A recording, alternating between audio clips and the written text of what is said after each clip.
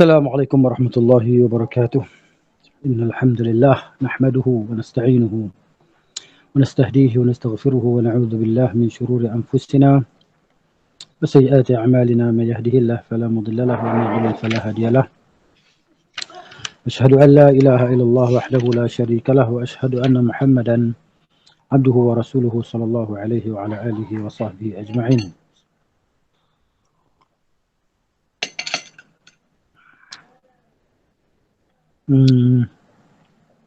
Pada muka surat 198 masih lagi dalam tajuk beriman dengan takdir. Ya. Kelima dia kata, Syekh kata yang kelimanya rahimahullah, qadar, yakni takdir. Takdir Allah adalah suatu rahsia yang tidak bisa, yang tidak boleh diketahui kecuali setelah terjadi. Bila berlaku dah, baru kita tahu kan. Macam contohnya takdir kita begini, apa kita buat begini, apa kena pada kita begini. Kan? Itu takdir yang telah berlaku. Itu kita boleh tahu. Ya? Kehendak manusia untuk berbuat dan melakukan tindakan mendahului perbuatannya ini bererti kehendaknya untuk berbuat dan melakukan tindakan ada sebelum ia tahu. Ada sebelum ia tahu tentang takdir Allah tersebut. Dah tak dah. Apa yang kita nak buat saat lagi kejap nanti esok ke hari ni ke apa, petang ni ke apa ke. Semua tu dah ada dah. Dalam ketetapan Allah Azza wa Jalla. Cumanya belum berlaku lagi. Kita tak tahu. Maka batal hujahnya dengan takdir tersebut kerana tidak dibenarkan seseorang berdalih dengan sesuatu yang tidak ia ketahui. Maknanya orang yang nak buat dosa maksiat, yang buat dosa lepas tu dia berhujah dengan takdir. Kan? Dia kata nak buat macam mana, dah takdir kan. Jadi hujah dia terbatal. Sebab apa? Sebab dia belum tahu lagi apa dia akan berlaku, apa dia akan buat. Jadi maknanya pilihlah jalan kebaikan untuk kamu supaya jangan kamu buat dosa tersebut. Itu. Jadi tak boleh nak berdalih lah dengan sesuatu yang dia tak tahu. Kan? Jadi kamu tak tahu apa akan berlaku. Jangan dalih. Jangan ambil dalih dengan apa yang kamu belum tahu. Keenamnya, dalam hal keduniawian, setiap orang berjuang untuk mendapatkan sesuatu yang menyenangkan hati. Ini mana la syakka lah. Tak diragukan lagi. Dan tak ada seorang pun yang ingin mendapatkan kepahitan dunia lalu berdalih dengan takdir. Kan? Tak ada orang pun. Yang dia nak buat benda yang menyakitkan hati dia, mana ada. Tetapi kenapa di saat ini ia ingin berbuat kemudaratan dalam masalah agama dan akhiratnya ia berdalih dengan takdir? Bukankah keduanya sama? Jadi hujah ni cukup mantap lah. Begitu. Tak boleh nak berhujah dan berdalih dengan takdir. Contoh, suatu contoh, jika di hadapan seseorang ada pilihan dua jalan. Okey, ada dua jalan untuk kita pilih di hadapan kita. Jalan yang satu menuju negeri yang kacau dan tidak aman. Ya. Jadi kita dah tahu dah jalan ni maknanya bawa kepada tempat yang banyak penjahat, banyak penyamun. Kan? Kehidupan di sana tidak aman, tidak tenteram. Contohnya kita hari ni kita berada di Malaysia. Alhamdulillah Allah Ta'ala beri kepada kita nikmat keamanan dan kesejahteraan. Kan? Walaupun dalam keadaan kita menghadapi wabak ni kan. Tapi kita masih lagi boleh keluar rumah, boleh bekerja, mencari rezeki kan. Begitu. Jadi maknanya kita di sini. Kemudian contohnya satu negara macam di Syria sekarang yang berlaku peperangan dan sebagainya. Kan? Jadi kita nampak. Adakah kita nak pergi kita duduk di sana, nak beli rumah, nak buat penempatan kat sana? Kan? Kita dah tahu. Jadi dua pilihan, ada dua jalan. Diberi kepada kita dua pilihan, nak duduk di sini kan nak pergi duduk di sana. Ya, satu jalan yang jalan satu menuju negeri yang kacau dan tidak aman. Banyak terjadi pembunuhan, perampokan, pemerkosaan, kelaparan dan segala yang menakutkan. Ya, macam hari ini. Sedang jalan lainnya menuju ke negeri yang aman, tertib, tenang, penuh kedamaian dan keselamatan bagi kehormatan, harta benda serta jiwa. Jalan manakah yang akan ia tempuh? Ya, jadi jawapan dia, ia pasti memilih jalan yang kedua. Jalan aman yang mengantarkannya menuju negeri yang aman dan tertib. Tidak mungkin bagi orang yang berakal sihat memilih jalan yang menuju ke negeri yang kacau dan menakutkan lalu berdalih dengan takdir. Sudah takdir. Okay? Kenapa ia memilih dalam perkara akhirat jalan neraka bukannya jalan syurga lalu berdalih dengan takdir? Nampak tak? Jadi hujah ni hujah akal, logik akal kan? Supaya apa? Mereka boleh faham. Okey, Syekh kata, rahimahullah. Contoh yang lain, orang sakit yang disuruh doktor minum ubat pahit yang berlawanan dengan keinginan nafsunya. Mana ada orang suka minum air pahit? Air yang rasa dia pahit kan? Pahit ke, masin ke apa ke? Itu. Yang ia dilarang memakan suatu makanan yang membahayakan kesihatannya. Makan, doktor larang kita, pakcik tak boleh makan benda-benda yang manis, yang bergula. Benda-benda yang berlemak, pakcik tak boleh makan dah. Lagi pakcik tak boleh makan apa lagi? Teringin nak makan apa? Kek ke apa semua kan? Yang ada manisan apa semua, krim dan sebagainya yang boleh membahayakan kesihatan. Bacaan gula pakcik ni dah 26 lah ni, ya kan? Dia pakcik kena pantang lah makan.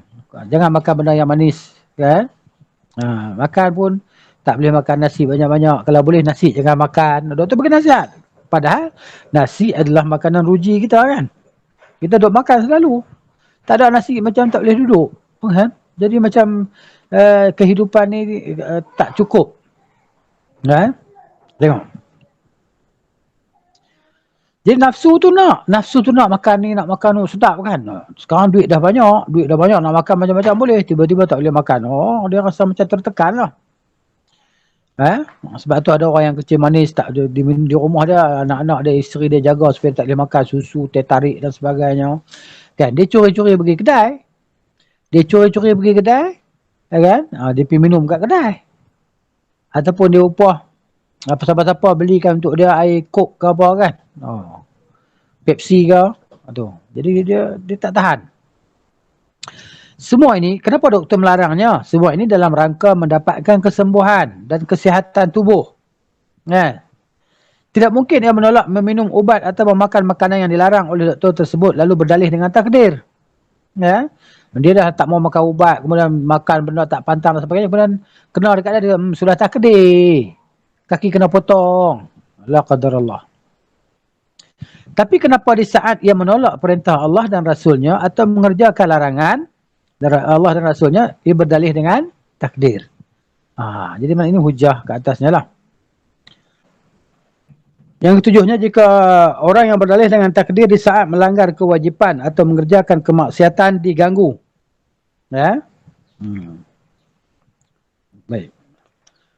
Diganggu hak dan kehormatannya oleh orang lain dengan dalih takdir. Dan orang itu mengatakan, jangan salahkan saya jika saya mengganggu hak dan kehormatan anda. Kerana semua ini terjadi atas takdir Allah. Pasti ia tidak akan menerima alasan tersebut. Kenapa ia tidak bisa menerima alasan tersebut? Jika yang diganggu dan dinodai adalah hak dan kehormatannya, sementara ia membuat alasan yang sama dalam melanggar hak Allah. Ini kita pernah jumpa orang macam ni kan? Pernah tak jumpa orang macam ni? Kita suruh dia solat, puasa kan? Sudah lah kan? Tinggallah benda-benda dosa ni kan? Dah berumur sekian-sekian. Dah buat macam mana, dah takdir aku jadi macam ni. Dia guna alasan takdir dia. Okay? Dia menyalahkan takdir. Dia tak menyalahkan diri dia. Disebutkan dalam suatu riwayat dari Umar bin Al-Khattab radhiyallahu anhu bahawa beliau pernah memotong tangan pencuri. Maka pencuri tersebut berkata, sebentar hai Amirul Mukminin, tunggu sebentar. Sebenarnya saya mencuri ini di atas takdir Allah. Umar menjawab, kami memotong tanganmu ini juga kerana takdir Allah. Okay? Dia jawab balik kan. Jadi begitu. Tak boleh nak menyalahkan takdir. Sudah takdir kami dia macam ni. Sudah takdir kami macam ni. Tak. Kan? Jadi mana yang lepas-lepas lah. Sudah lah kan. Jadi mana yang besok tu kita usaha dan berdoa kepada Allah Ta'ala. Usaha dan doa. Dan kita berdoa tu pun takdir Allah juga. Sebab tu Umar kita ulang-ulang selalu. Umar Al-Khattab radhiyallahu anhu ni, dia kata doa aku ni bila aku doa makbul. Pasal apa? Pasal Allah yang menentukan aku berdoa. Kalau Allah tak takdirkan aku berdoa, maka aku tak berdoa. Jadi bila Allah takdirkan aku berdoa, maka Allah makbulkan doa aku. Dia akan bagi apa yang aku minta. Gitu. Sama ada permintaan itu sekarang ataupun akan datang dapat. ataupun Allah ganti dengan yang lebih baik daripada apa yang kita minta. Kita minta yang ni, yang tu, yang ni, yang tu kan. Tiba-tiba tak dapat pun. Allah contohnya macam ni lah. Kita minta, ya Allah, berilah kesihatan yang baik pada aku. Jauhkanlah aku daripada tubuh badan yang tidak sihat. Kan? Tiba-tiba, 2-3 hari depan, yang selepas tu dia sakit. Kan? Ditimpa musibah. Adakah kita nak kata doa dia tak makbul? Maka kita katakan doa kamu makbul. Kenapa makbul? Aku minta Allah bagi aku kesihatan yang baik. Tiba-tiba kena penyakit ni. Kan? La qadarallah, penyakit yang agak bahaya, yang kronik kan. Aku dah berdoa dah hari-hari. Dah, doa kamu makbul. Macam mana kamu kata doa aku makbul? Doa makbul dengan berbagai cara. Yang pertama, Allah bagi cash apa yang kita minta tadi kan. Yang kedua, Allah tangguhkan, tak tahulah bila Allah nak bagi apa yang kamu minta tu. Yang kedua. Yang ketiganya, Allah Ta'ala ganti dengan yang lebih baik daripada apa yang kamu minta. Jadi sakit tu baik untuk kamu. Kamu kata sakit baik untuk aku? Ya, sakit tu baik untuk kamu. Kamu kena bersabar. Kenapa? Kerana dia akan mengkafarahkan dosa-dosa kamu. Dia akan cuci bersih dosa kamu. Kan? Jadi bila cuci bersih dosa kamu, kamu akan dapat apa yang kamu minta. Iaitu Allah beri kepada kamu syurga insya-Allah. Allah akan jauhkan kamu daripada siksa kubur. Allah jauhkan kamu daripada siksa akhirat. Ya? Jadi syarat dia kamu kena bersabar dan redha dengan apa yang Allah telah berikan. Jadi orang beriman ni kan, apa saja yang keburukan, kesulitan, kepayahan yang menimpa dia, itu sebenarnya kafarah. Contohnya kan kita buat ni, macam kita nak buat sesuatu, nak repair sesuatu lah, kita kata nak repair kereta ke, repair motor ke, apa payah sangat ni ya. Buat macam ni tak jadi, buat macam ni tak jadi. Yang tak jadi itu sebenarnya nak kafarah kita. Nak menyucikan dosa kita. Tengok orang tu kafir tak beriman, senang aja buat menega kaya, menega untung. Aku ni tak tahulah menega macam-macam lah menega. Kan? Habis dah kering elok ni duk ajak orang untuk beli barang aku dan sebagainya kan. Promote segala, dia dah promote ni, bagi buat promosi dan macam-macam dia orang. Lepas masa promosi orang beli lah, masa tak promote orang tak beli. Masa tak promosi orang tak beli. Padahal aku ni beriman pada Allah, aku sembahyang 5 waktu, aku puasa bulan Ramadan, zakat fitrah baru aku bayar, zakat harta baru aku bayar kalau ada duit. Dia kenapa? Tak kan. Maknanya Allah sayang kamu, Allah nak bagi kamu sesuatu yang kamu tak minta tapi lebih baik daripada apa yang kamu minta. Gitu. Ini dia. Jadi kita kena ingat macam tu lah. Supaya apa? Supaya hidup kita ni sentiasa tenang. Sentiasa kita rasa apa? Allah Ta'ala menyayangi kita. Dan Allah Ta'ala memang betul. Allah menyayangi hamba-hambanya yang beriman tadi. Orang kafir, dia buat dapat pasal apa? Dunia ni syurga dia. Kira apa? Kan? Dia menega sikit. Lepas tu macam-macam lah kan. Kaya tengok. Tapi dia tak ada kaya hati. Dia kaya harta. Jiwa dia miskin. Jiwa dia terhimpit. Itu orang kafir. Ya?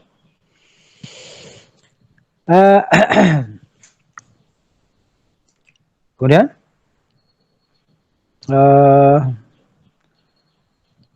beriman terhadap qadar takdir membuahkan hasil yang sangat besar. Pertama, kan apa dia buah dia? Apa dia hasil dia beriman dan takdir ni? Ini kita kena penting ni, kena tahu ni, kena ingat ni. Ya? Yang pertama dia akan bersandar kepada Allah di saat melakukan usaha, kan? Dan dia buat apa pun dia akan merujuk kepada Allah ni, kalau Allah izinkan insya-Allah jadilah kita punya usaha ni. Kita dah usaha dah kan. Kita usaha, kita apa? Buat promosi, kita berniaga, kita promosi macam ni kan. Sebut macam ni. Supaya nak tarik pelanggan semua kan. Kita dah usaha habis. Kan? Dan kita buat apa yang terbaik. Ya? Kemudian serah urusan kita kepada Allah. Kalau Allah izinkan benda ni jadi. Kalau Allah tak izin tak jadi. So kita sabuk kepala. Jangan sabuk kepala. Jangan fikir, kita nak buat macam ni jadi ke tak jadi? Boleh jadi ke tak jadi? Ini orang beriman tak boleh fikir macam ni. Dia setelah dia melaksanakan segala usaha dia, habis usaha dah, habis. Orang kata apa? Usaha jalan dah maknanya. Diserah pada Allah Ta'ala untuk kejayaan tu. Tidak bersandar pada hukum sebab akibat semata. Sebab akibat semata. Tak sandar pada sebab. Kita buat kan. Jadi maknanya kita dah buat yang terbaik ni. Sebab dia kita dah buat terbaik dah. Pasti dapat. Tak, belum tentu. Kerana segala sesuatu terjadi atas takdir dan kehendak Allah. Yang Allah Maha mengetahui. Yang dah ada pun takdir tu. Bahawa kita akan buat benda ni. Kemudian natijah dia begini. Cuma natijah ni kita belum tahu. Allah dah Maha tahu. Dia yang menetapkan. Itu saya pertama. Itu hasil buah kita beriman dengan takdir. Jiwa kita lapang. Jiwa kita lapang, kita tenang. Kan? Contohnya orang hari ni pandemik, masa pandemik ni kan orang kena buang kerja, ramai orang kena buang kerja. Kan? Jadi yang dia buang kerja tadi kan, Allahu Akbar. Jadi kalau dia tu beriman dengan Allah Ta'ala, dia reda. Dulu dia pilot udara, sekarang dia pilot darat. Kan? Bawa Grab Food dan sebagainya. Dulu gaji sebulan 12,000, 13,000. Sekarang gaji sebulan, kita kata 1,200 ataupun 2,000. Kan? Jadi maknanya, jadi itu sebagai apa nama, dia panggil motivasi untuk diri dia, orang beriman tadi. Kalau orang kafir, tengok apa dia buat, ada yang bunuh diri. Satu hari dulu, maknanya bila dia awal pandemik ni kan, ada entahlah pilot yang bukan Muslim kan. Dia maknanya, dulu masa pilot gaji dia mahal, dia hutang, banyak-banyak lah hutang kan. Mungkin sampai tahap juta ke hutang ke apa ke. Akhirnya macam mana dia buat? Terjun daripada kondo, mati. Kan, bunuh diri. Kafir tadi kan. Sebab dia tak beriman dengan Allah Ta'ala. Dia ingat lari pada hutang, terjunlah. Bunuh diri lah, selesai, settle semua. Rupanya, tak settle. Kekal selama jalan neraka Jahannam. Kena seksa lagi teruk kan. Gitu. Itu yang pertama. Yang keduanya, seseorang menjadi tidak bangga diri di saat mendapatkan hajat keinginannya. Kan, bila dia dapat, dia tak rasa bangga. Aku dah usaha. Begini. Kan? Dengan aku dah bersengkang mata di malam hari. Aku bekerja. Macam-macam kan. Aku dah usaha sedaya mampu. Inilah dia hasil usaha aku. Inilah dia yang natijah apa yang aku telah usahakan. Tak boleh nak bangga diri. Sebab Allah dah takdirkan kamu dapat macam tu. Kamu nak bangga apa? Ya gitu. Jadi supaya jangan apa? Jangan kamu jadi orang yang sesat. Sesat yang keluar daripada keimanan terhadap Allah Subhanahu Wa Taala. Macam disebut dalam surah Al-Kahfi yang kita baca itulah. Ya. Wadaraballahu mathalan lirajulaini rajulani macam mana ayat surah Kahfi tu bila nak baca spontan ni dia jadi tak ingat. Ya. Cuba tengok. Ya. Allah sebut tentang perumpamaan yang Allah buat terhadap dua orang lelaki tu kan. Yang seorang tu maknanya Allah berikan kepada dia kekayaan. Kaya harta benda, mana dia ada kebun yang subur kan. Disebut dalam surah Kahfi tu. Tu ni. Tengok ya. Surah Kahfi ayat 32.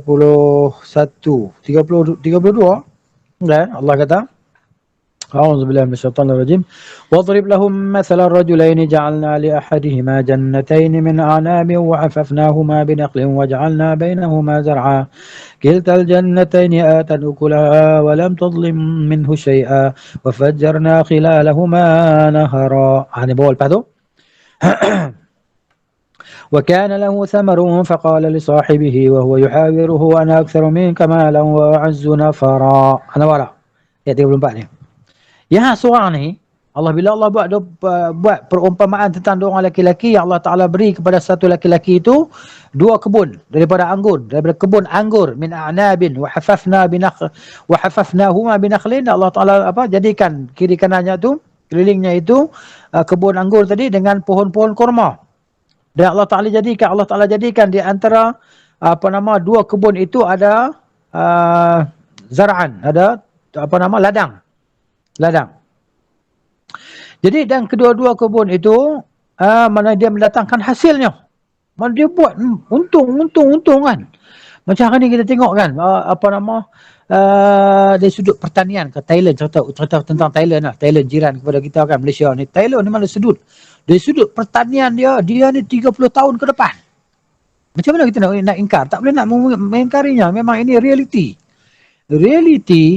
Sebagaimana yang saya dapat maklumat kan, bahawa Thailand ni kan dari sudut pertanian dia memang dia laju 30-40 tahun ke depan dengan Malaysia ni. Cuba bayangkan, saya jumpa ada seorang tu maknanya dia ni macam datuk lah. Dia sedang satu usaha insya-Allah. Dan jadi maknanya dia dapat maklumat daripada dia bahawa Thailand dia telah menghasilkan dia telah menghasilkan penanaman ubi kayu yang dijadikan ubi kayu itu sebagai beras. Percaya tak percaya sudah. Jadi maknanya ubi kayu tu dia create jadi beras. Jadi maknanya beras yang kita makan di Malaysia ni, katanya di Thailand tu, orang Thailand, kerajaan Thailand jadikan makanan tu untuk haiwan. Tak maaf. Kan, untuk haiwan makan beras tadi. Tu yang kita import di Malaysia. Jadi dia orang dah buat, jadikan ubi kayu sebagai beras. Yang mana ubi kayu tadi lebih baik, lebih khasiat daripada beras. Itu cerita dia. Tak apa, saya nak cerita tentang tu lah. Kan? Apa tadi cerita tadi tentang hasil yang lumayan yang didapati tadi kan. Maknanya kehebatan mereka dalam pertanian tadi. Dapat hasil tak pernah rugi. Tiap-tiap tahun ada kan. Jadi kalau cerita bab pertanian Thailand ni cerita satu part lah. Tapi memang dahsyat. Mereka ni dahsyat. Allah Ta'ala bagi mereka. Mereka ni negara kafir. Mereka negara kafir yang tidak beriman kepada Allah. Adalah orang Islam di sana. Tapi kerajaan tu, raja tu orang kafir. Ya. Jadi hasil yang mereka buat tadi, tanaman yang mereka buat mendatangkan hasil yang lumayan. Itulah dia Allah Taala berikan kepada mereka walam tazlim minhu syai'an. Jadi tak kurang sedikit pun, tak apa. Rezeki tak pernah kurang. Tiap-tiap musim hasil baik, untung. Dan Allah Taala beri pula wa fajjarna khilalahuma nahara, kami jadikan di antara dua kebun tadi ada sungai yang mengalir. Wa kana lahu thamarun, dia ni ada buah-buahan kan. Maknanya tamak kebun ni ada buah. Faqala li sahibihi wa huwa yuhawiruhu, dia kata kat kawan dia, kan? Yang mana dia berbual dengan kawan dia kan, challenge lah, ana aktsaru minka malan wa a'azzu nafara. Dia kata aku lebih banyak harta daripada engkau dan aku lebih banyak pekerja aku, bukan pembantu aku ni ramai. Wa dakhala jannatahu wa huwa zalimun li nafsihi, dia masuk ke dalam kebun dia dalam keadaan dia menzalimi diri dia. Qala ma adhunnu an tabida hadhihi abada, dia kata aku yakin semua ini tidak akan binasa. Wa ma adhunnu sa'ata qa'imatan, aku yakin kiamat tidak akan berlaku. Wala iruditu ila rabbi, kalaulah kiamat itu berlaku dan aku dikembalikan kepada Tuhanku, la ajidanna khairan minha munqalaba, aku akan dapat yang lebih baik daripada yang ini. Ini kata yang kafir ni. Ini lelaki yang kafir. Ya kan? Itu dia maksudnya. Jadi nak ceritanya bahawa yang kedua tadi, seseorang menjadi tidak bangga diri di saat mendapatkan keinginannya. Kita dapat apa yang kita usaha tadi kan. Kita tak apa? Kita tak bangga diri. Kita kata alhamdulillahilladzi bi ni'matihi tatimmus shalihat. Kita kata segala puji bagi Allah yang dengan nikmatnya sempurnalah segala yang baik. Jadi kebaikan itu sempurna dengan apa? Dengan nikmat yang Allah berikan kepada kita. Itu dia. Nikmat kebaikan. Karena seluruhnya adalah pemberian dan kurnia Allah. Kan? Wallahu yu'ti mulkahu man yasha wallahu dzul fadlil azim. Allah berikan kerajaannya, kekayaan kepada siapa yang dia kehendaki, dan Allah memiliki kelebihan kurniaan yang sangat banyak. Itu dia. Jadi tu kita tengok orang yang bangga diri ni, kita nasihatkan dia kan, kamu ni tak usah bangga sangatlah. Kamu bukan boleh menembusi bumi pun. Cuba pijak di bawah kakimu, tebuk bumi ni dengan kaki kamu sampai tembus. Kamu tak boleh pun. Nak bangga apa? Kan? Kamu tak boleh nak capai tangan kamu ke puncak gunung pun. Kamu nak bangga apa? Gitu.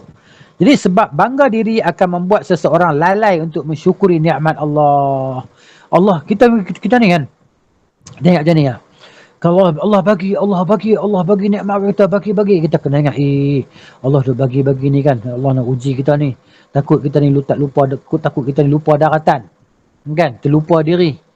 Ya kan? Nanti bila Allah uji kita, Allah tarik nikmat Allah bagi, kita nak kata apa? Maka kita nak salahkan takdir kah? Jadi maknanya Allah Ta'ala tadi maknanya dia akan beri kepada kita, maka dan sentiasa memberi, maka bagi pihak kita, kita kena bersyukur di atas segala pemberian Allah Subhanahu wa Ta'ala.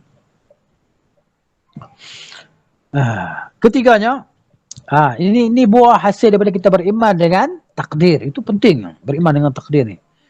Merasa tenang dan tenteram jiwa. Tenang dan tenteram jiwa, kan, relax. Tengok. Sebab tu tengok dalam peristiwa hijrah Nabi SAW, kan, macam mana ketenangan jiwa Nabi SAW ni kan. Rasulullah utusan Allah Ta'ala. Dan Abu Bakar radhiyallahu anhu, orang yang terbaik di kalangan umat ini, masih ada dalam diri dia kebimbangan kan. Bimbang sehingga Nabi kata, kan, adakah kamu menyangka dua orang ni, kan, tahukah kamu yang kedua ni, Allahu salisuhuma, Allah yang ketiganya? Kan? Dalam Quran Allah sebut kan, Dalam Quran Allah Taala sebut tentang ni, tentang apa nama, kisah apa nama, yang dialog antara Nabi SAW dan Abu Bakar yang Allah sebut dalam Quran. Kita tengok dalam Quran ayat apa ya. Sekejap saya share screen. Saya sharekan screen ayat Al-Quran tu. Okey, tengok. Dimulakan sekarang pencarian ayat tadi. Okey, mana dia ayat tadi? Ayat yang sebut tentang apa nama, thaniyatnaini idh huma fil ghar tu. Ya kan? La apa nama? Ayat Quran saya nak cari. Kalau siapa dapat cepat bolehlah tolong. Ni surah surah At-Taubah. Atas sekali. Nampak skrin saya kan? Surah At-Taubah ayat berapa? Ayat 40. Ayat 40. Page 193. Ya? A'udzubillahi minasyaitonir rajim. إلا تنصروه فقد نصره الله إذا أخرجه الذين كفروا ثاني اثنين إذ هما في الغار إذ يقول لصاحبه لا تحزن إن الله معنا فأنزل الله سكينته عليه وأيده بجنود لم تروها وجعل كلمة الذين كفروا السفلى وكلمة الله هي العليا والله عزيز حكيم. Tengok. Illa tansuruhu, kalau kamu tak tolong dia, kan? Pokok musyrikin ni, kalau kamu semua tak tolong pokok Mekah, Quraisy Mekah ni, kan, kamu tak tolong dia, ini Rasulullah SAW, faqad nasarahullah, sesungguhnya Allah dah tolong dia. Idh akhrajahu alladhina kafaru, ketika orang-orang kafir mengeluarkannya, mengusirnya, mengejarnya, ya, thaniyasnaini, ya, kedua daripada dua orang, idhuma fil ghar, ketika mereka berada dalam gua. Idh yaqulu li sahibihi la tahzan innallaha ma'ana, ketika dia berkata kepada kawannya, ini Abu Bakar. Nabi SAW kata kepada Abu Bakar Siddiq radhiyallahu anhu, la tahzan, jangan kamu berduka, sungguhnya Allah bersama dengan kita. Fa'anzalallahu sakinatahu, maka Allah turunkan ketenangannya alaihi, ke atas Nabi SAW. Wa ayyadahu, dan Allah tolong dia bijunud, dengan tentera-tentera lam tarauha, yang kamu semua tak nampak tentera tersebut. Dan Allah jadikan kalimah orang-orang kafir itulah yang terbawah, yang hina, dan kalimah Allah lah yang tertinggi, dan Allah maha perkasa lagi maha bijaksana. Ini dia ceritakan. Jadi itu Nabi SAW. Ya, itu contoh kan. Bagaimana Nabi SAW ni orang yang sentiasa tenang. Sebab dia itulah dia. Kan? Keimanan dia dengan Allah Subhanahu Wa Taala. Baik, itu yang sepatutnya kita kan. Kita kena berusaha begitu mencontohi Nabi sallallahu alaihi wasallam. Apabila kita ditimpa, kita kata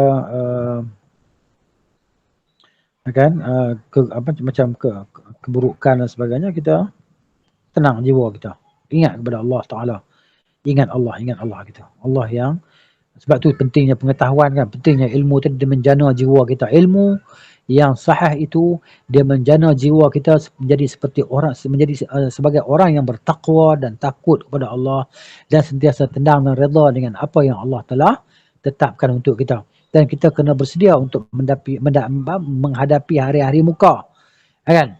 Kita kena bersedia untuk menghadapi hari-hari mendatang dengan macam-macam ujian yang kita tak tahu, yang Allah telah tetapkan untuk kita, dan Allah dah menetapkan bahawa kita berjaya ataupun tak berjaya untuk menghadapi ujian tersebut. Tapi kita kena sentiasa berdoa, kan? Rabbana la taj'alna fitnatan lil ladzina kafaru waghfir lana rabbana innaka antal ghafurur rahim. Kan?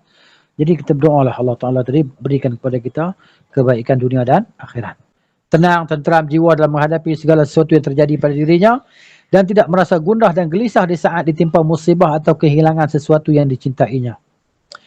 Kerana hal itu terjadi atas kehendak dan takdir Allah yang menguasai langit dan bumi. Semua yang dia kehendaki pasti terjadi. Allah Ta'ala berfirman, A'udzubillahi minasyaitonirrajim, Ma asaba min musibatin fil ardi wala fi anfusikum illa fi kitabim من قبل أن نبرأها إن ذلك على الله يسير لكي لا تأسوا على ما فاتكم ولا تفرحوا بما آتاكم والله لا يحب كل مختال فخور. Ma asabakum min musibatin, apa saja yang menimpa kamu daripada musibah, fil ardi, di bumi, wala fi anfusikum, dan tidak juga dalam diri kamu, melainkan fi kitabin, melainkan ia tertulis dalam kitab lauh mahfuz, min qabli an nabraha, sebelum kami ciptakannya, dah tertulis. Dah tertulis tiap kita ni di mana tempat kita, apa kita nak buat, apa nak jadi kat kita, apa semua ni. Di mana kita mati, macam mana cara kita mati, semua telah tertulis. Kan? Di kalangan siapa kita dibangkitkan, last kali tempat mana kita duduk. Kan? Nasallallahu al-afiyah fi dunya wal akhirah. Kan? Semua tertulis. Sama ada dalam syurga ataupun neraka, la qadar Allah. Ya? Habis tu. Kemudian Allah kata, inna dhalika 'ala Allah yasir. Semua itu adalah mudah bagi Allah Ta'ala. Semuanya mudah bagi Allah. Likai la ta'sau. Itu dia Allah Ta'ala kata. Kami jelaskan yang demikian itu supaya kamu jangan berduka cita terhadap apa yang luput daripada kamu.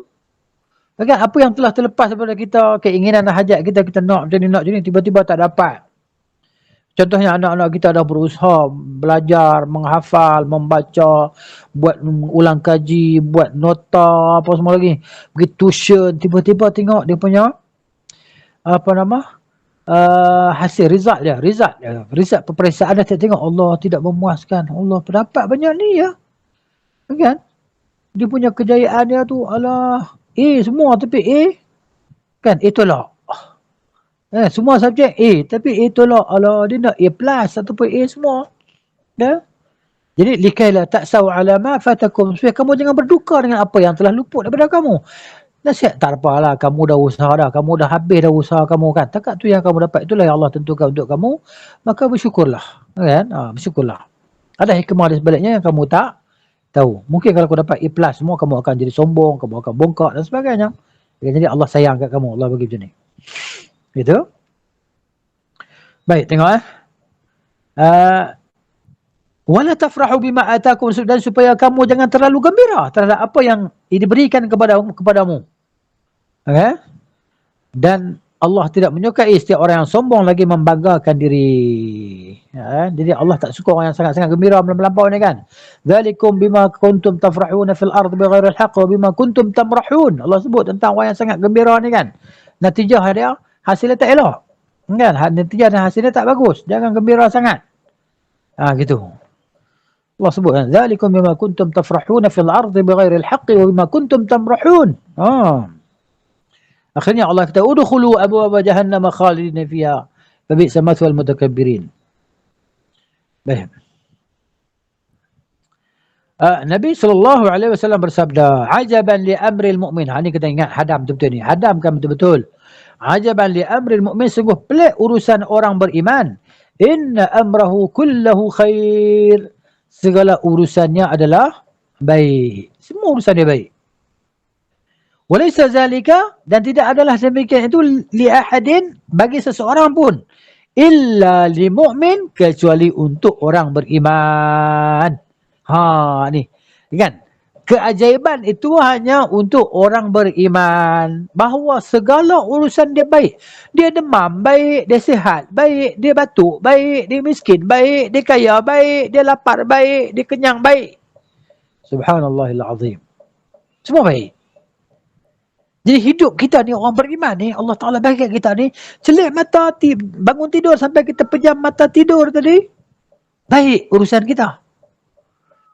Okay? Tayar pancit, kereta baru tukar tayar je kemarin kan, hari ni pagi bangun-bangun subuh start kereta nak pergi kerja, tengok-tengok pancit, tayar baru tukar kemarin. Baik. Baik kamu kata? Baik. Kullahu khair. Kan? Jadi apa benda kita buat? Kena tipu orang. Orang tipu kita. Menega-menega orang tipu kita. Bukan RM100, RM100,000. Baik tak? Baik. Oh Allah. Pasal baik, ada hikmah di balik yang kita tak tahu. Subhanallahil azim. Jadi kita kena ingat gitu. Duduk geram tak kira ni, kena tipu kawan baik kita ni. Geram tak kira ni, geram ni. Oh, dia ni tipu aku, kawan baik aku sanggup tikam aku dari belakang ni. Baik tak? Baik bagi kamu kalau kamu orang beriman. Dia tidak ada kebaikan ini melainkan hanya untuk orang beriman sahaja. Tak ada beriman, tak ada iman, tak ada kebaikan lah. Seksa lah. Dia jadi seksa dunia sebelum seksa akhirat. Tengok. In asabathu sarra'u syakar. Kalau dia ditimpa keburukan, maka kebaikan, dia bersyukur. Alhamdulillah alladzi bi ni'matihi tatimmus salihat. Kan? Syukur. Dapat kebaikan. Fakana khairan lah, maka itu baik untuknya.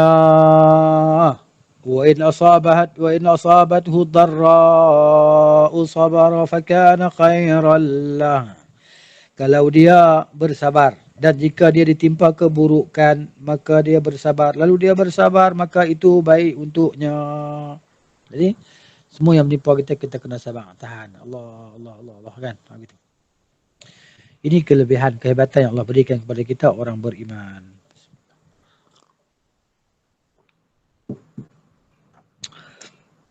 Baik, habis. Maka golongan yang sesat dalam memahami takdir pula. Tengok, siapa sesat ni dalam faham takdir ni? Ya kan? Supaya kita tidak terjebak dalamnya. Kita tahu, kita mengetahui, kita belajar supaya kita tidak terjebak dalam kejahatan dan keburukan itu. Ada dua golongan yang tersesat dalam memahami takdir ni. Faham sesat. Golongan pertama ialah puak Jabariyah. Jabariyah diambil daripada perkataan Jabara, majbur, yang terpaksa, yang dipaksa. Mereka mengatakan seorang hamba terpaksa. Seorang hamba itu dalam keadaan sentiasa terpaksa. Tu macam tu ya. Dia jadi macam kapas yang berterbangan di udara yang ditiup oleh angin. Angin tiup ke kiri, dia ke kiri. Angin tiup ke kanan, dia ke kanan. Angin tiup ke bawah, dia ke bawah. Ke atas, ke atas. Dia terpaksa, dia kata. Kita semua ni terpaksa. Mencuri pun terpaksa juga. Zina pun terpaksa juga. Sudah takdir. Gitu. Pasal apa ni? Takdir. Pasal apa macam ni? Dah takdir. Pasal apa minum arak? Takdir. Sebab zina? Takdir. Jadi dalam perbuatan dan tindakannya, manusia tidak memiliki kehendak dan kemampuan. Ni Puak Jabariyah kata. Kita kehendak pun tak ada, kemampuan. Apa yang kita buat ni atas kehendak Tuhan. Apa yang berlaku ni atas kehendak Tuhan. Kan? Ni dia Puak melampau hulu ni. Sesat. Dia kafir lah sebab dia menghalalkan segala yang haram dan menisbahkan keburukan kepada Allah Ta'ala tadi. Walayadzubillah. Golongan yang kedua ni puak-puak Qadariyah ni. Mereka ni pula semua kita buat. Kata. Mereka mengatakan seorang hamba mempunyai kehendak, kemauan dan keinginan sendiri tanpa ada campur tangan kehendak dan kekuasaan Allah. Hamba itu sendirilah yang menciptakan perbuatan tersebut. Apa yang kita nak buat semua kita buat. Tuhan tak ada kaitan. Astaghfirullahaladzim. Ya? Tuhan tak ada kaitan. Pasal apa dia kata macam tu? Mereka ni niat memang baik lah. Niat soleh lah. Niat ikhlas lah. Pasal apa? Mereka nak sucikan Allah Ta'ala daripada segala kekurangan. Bahkan, tapi akhirnya mereka menisbahkan kekurangan itu kepada Allah. Baik. Mereka ni adalah majus.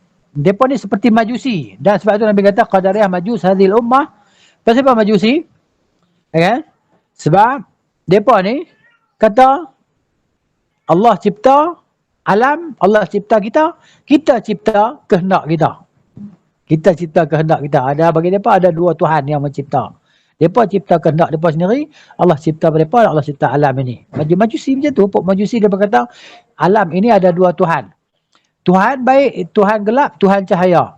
Sebab tu mereka tak bagi padam api di kuil-kuil mereka. Biara-biara mereka. Api sentiasa menyala. Sebab apa? Kalau padam api ni, maka kegelapan akan menguasai. Hilanglah cahaya. Itu. Di mana puak-puak ni kafir lah. Jadi Qadariyah pun kafir juga puak ni. Kan? Gitu. Bahaya.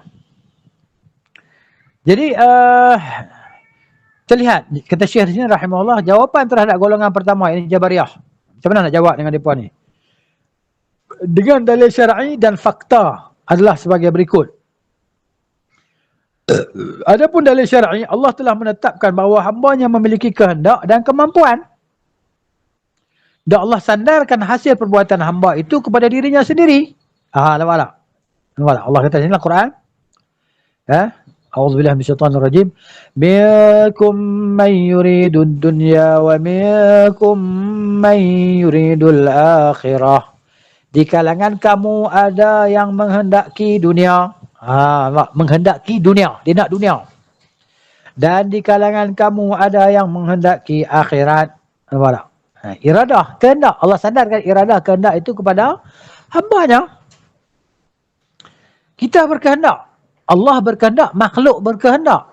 Tapi berkehendak bukan kehendak. Kehendak Allah Ta'ala pasti berlaku. Kan? Pasti berlaku bila Allah nak. Kan? Dan apa yang Allah nak itu tak semestinya Allah suka. Faham tu?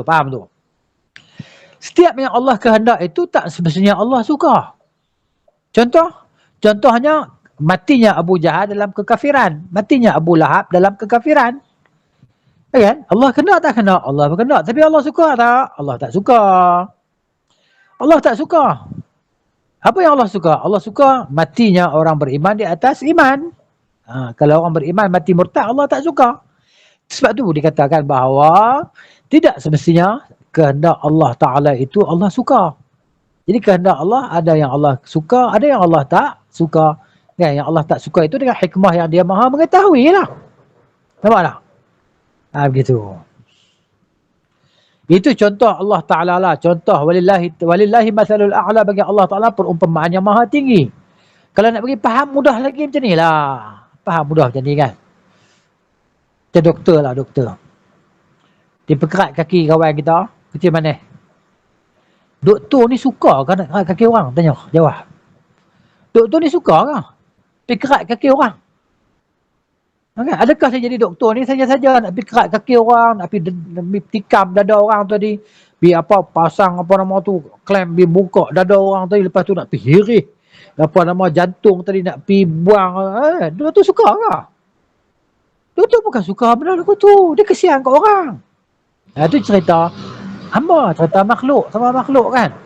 Dia perkerat kaki Pak Long tu pasal apa? Sampai kalau tak kerat Pak Long, dia kata nanti jangkitan kuman tadi masuk sampai ke buah pinggang, maka Pak Long pun jalan jugalah. Yang lebih kurang macam tu lah.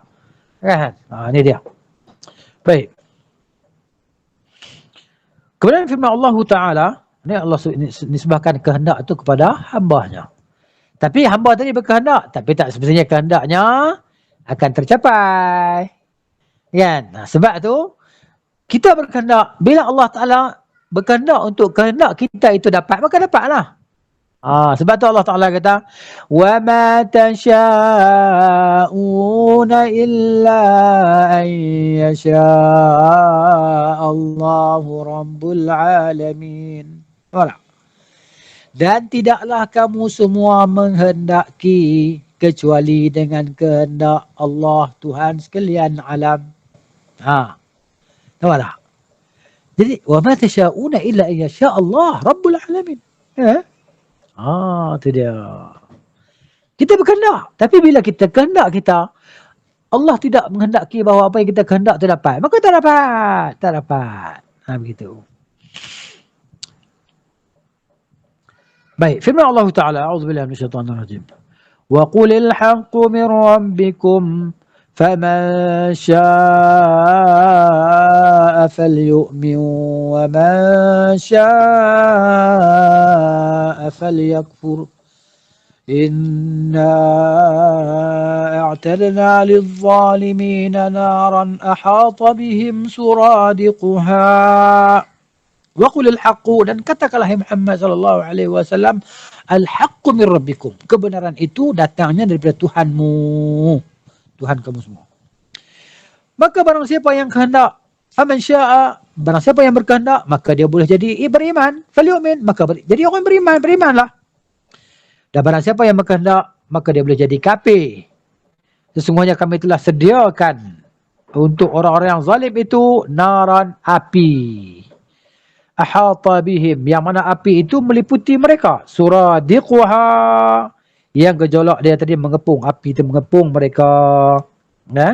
Yang Allah Ta'ala sebut tentang kehendak makhluk tadi, kehendak manusia. Kalau kamu nak jadi orang beriman, silakan. Nak jadi orang kafir, silakan. Dua-dua pun Tuhan tak rugi. Tapi kamu sendiri yang untung, kamu sendiri yang rugi. Allah tak untung, tak rugi sikit pun. Kan? Kenapa? Tidak menambahkan demikian pada kekayaan Allah dan tidak menggunakan demikian itu kekuasaan Allah. Allah Maha Kaya. Dan firman Allah Ta'ala, A'udzubillahi minasyaitonir rajim, Man 'amila salihan falinafsihi wa man asaa fa'alaiha wa ma rabbuka bidhallamin lil 'abid. Man 'amila salihan. Barang siapa yang beramal saleh, buat baik, buat kebaikan, maka untung dia, untung tersebut. Dia buat kebaikan. Jadi maknanya setiap orang tadi, dia berusaha untuk diri dia sendiri. Dia buat baik, dia dapat keuntungan pahala dunia dan akhirat. Kalau siapa yang melakukan dosa, maka dia tanggung sendirilah. Ya? Wala taziru waziratun wizra ukhra. Orang lain tak tanggung dosa orang lain. Orang lain tak menanggung dosa orang lain. Wa ma rabbuka bidhallamin lil 'abid. Tuhanmu tidak menzalimi hambanya. Tuhan tak zalim siapa-siapa. Kan? Dalam kenyataan yang sebenarnya manusia mampu membezakan antara perbuatan yang dia kehendaki. Ya? Itu realiti. Ya? Seperti makan. Ya? Nak makan. Makan, tak ada siapa nak paksa makan. Nak minum. Minum, jual beli dengan perbuatan yang di luar kehendaknya. Kan? Di sana ada perbuatan yang di luar kehendak dia. Gemetar. Kan? Ada orang nak gemetar kehendak dia? Tak. Demam. Gemetar kerana demam. Jatuh daripada atap rumah dia. Dia nak tak? Dia bukan nak benda tu. Dan sebagainya. Yang pertama ia lakukan dengan kesedaran dan kehendaknya. Yang tadi makan, minum kan. Macam saya nak minum. Sekarang kena saya minum. Bismillah.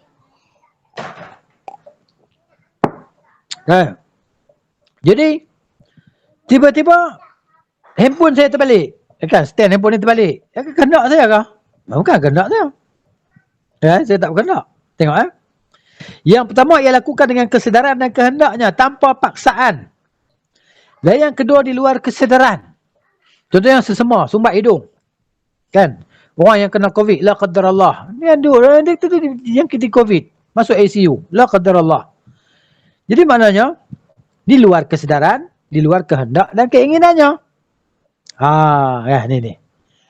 Ini jawapan untuk jawapan yang pertama tadi. Jawapan pokok Jabariyah. Kemudian pula jawapan untuk pokok Qadariyah ni pula. Yang kata apa, kita ni semua buat. Tuhan tak ada masuk campur ni. Dengan dalil syar'i dan akli. Syar'i, Quran, hadis. Akli ni akal, logik akal. Dalil syar'i bahawa Allah Subhanahu wa taala adalah pencipta segala sesuatu. Dan segala sesuatu ada dan terwujud atas kehendak Allah. Dan Allah telah menjelaskan dalam Al-Quran bahawa semua perbuatan hambanya terjadi atas kehendaknya. Allah Ta'ala berfirman, A'udzubillahi minasyaitonir rajim. Walau syaa Allahu maqtatala alladhina min ba'dihim بعد ما جاءتهم البينات من بعد ما جاءتهم البينات ولكن اختلفوا فمنهم من آمن ومنهم من كفر ولو شاء الله ما اقتتلوا ولكن الله يفعل ما يريد.